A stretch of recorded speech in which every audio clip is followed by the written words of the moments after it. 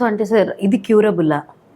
And ఒకవేళ non క్యూరబుల్‌లో కూడా ఏమన్నా ఉన్నాయా హెడేక్స్‌లో అని అంటే ఏం చెప్తారు? అంటే క్యూరబుల్ అంటే హెడేక్స్ అనేవి మనకు వచ్చినప్పుడు ట్రీట్ చేయాలి. ఓకే. సెకండరీ హెడేక్స్ అనుకోండి, ఇప్పుడు బ్లీడ్ ఉందనుకోండి, సో బ్లీడ్‌ని మనం ఎవాక్యుయేట్ చేస్తే హెడేక్ తగ్గిపోతది. ట్యూమర్ ఉందనుకోండి, ట్యూమర్ తీసేస్తే మనకి హెడేక్ తగ్గిపోతది. బట్ ఈ ప్రైమరీ హెడేక్స్ ఏందంటే ఫ్రీక్వెంట్‌గా వస్తా ఉంటది. ఇప్పుడు కామన్‌గా వచ్చే హెడేక్, మనం హాస్పిటల్‌కి వచ్చే హెడేక్ మైగ్రేన్, పార్శ్వ నొప్పి అంటాం. సో దీవి కొంత క్రైటీరియా ఉంటది. సో ఇది యంగ్ ఫీమేల్స్‌లో వస్తుంటది. ఫ్యామిలీలో రన్ అవుతుంటది. మదర్‌కి వచ్చిందనుకోండి, నెక్స్ట్ డాటర్‌కి వచ్చే ఛాన్సెస్ ఎక్కువ ఉంటాయి. యంగ్ గర్ల్స్‌లో వస్తుంటది. Because of hormonal changes. అంటే అది హై ఈస్ట్రోజన్ లెవెల్స్ ఎక్కడ ఎక్కువ ఉంటుందో, ఏ కండిషన్స్‌లో ఎక్కువ ఉంటుందో దాంట్లో వస్తుంటుంది. అంటే మెన్స్ట్రువల్ సైకిల్స్ కానివ్వండి, ప్యూబర్టీలో కానివ్వండి, ఆ తర్వాతనే హార్మోన్ లెవెల్స్ వల్ల మనకి హెడేక్ అనేది వస్తుంటుంది. సో అది సిమ్టమ్స్ ఎలా ఉంటాయంటే అది వన్ సైడెడ్ హెడేక్.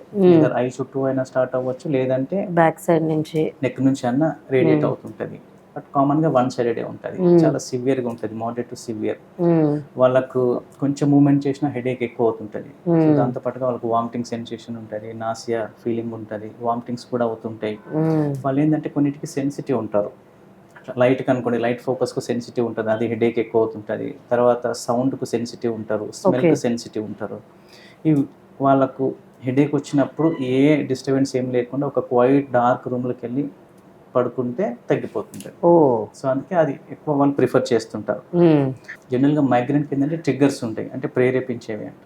సో అది స్లీప్ డిస్టర్బెన్స్ వల్ల కావచ్చు, తర్వాత ఫుడ్ స్కిప్ చేసినందువల్ల కావచ్చు, స్ట్రెస్ ఎక్కువ పడినందువల్ల కావచ్చు, సడన్‌గా వాతావరణం చేంజ్ అయిపోయినా, తర్వాత కొంచెంమంది ఆర్టిఫిషియల్ స్వీట్నర్స్ అనేవి తింటుంటారు ఫుడ్ వల్ల.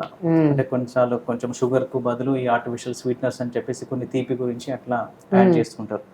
దానివల్ల హెడేక్ ట్రిగ్గర్ అవుతుంటుంది. తర్వాత కొంచెం మందికి cheese items, coffee, chocolates, and కొంతమందికి ట్రావెల్‌లో కూడా వస్తుంటాయి. ప్లేన్ ట్రావెలింగ్‌లో కూడా హై ఆల్టిట్యూడ్ సడన్‌గా వెదర్ పైకి కిందికి చేంజ్ అయినప్పుడు కూడా దాని నుంచి కూడా హెడేక్ అనేది ట్రిగ్గర్ అవుతుంటది.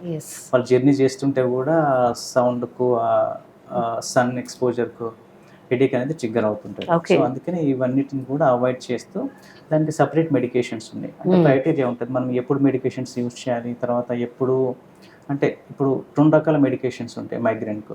ఒకటేమో అక్యూట్ మెడికేషన్ అంటాం. అంటే తలనొప్పి వచ్చినప్పుడు వాడితే కంట్రోల్ అయ్యే మెడికేషన్స్. ఇంకొకటి ఏంటంటే ప్రివెంటివ్ మెడికేషన్స్, అంటే మళ్ళీ రాకుండా ఉండడానికి.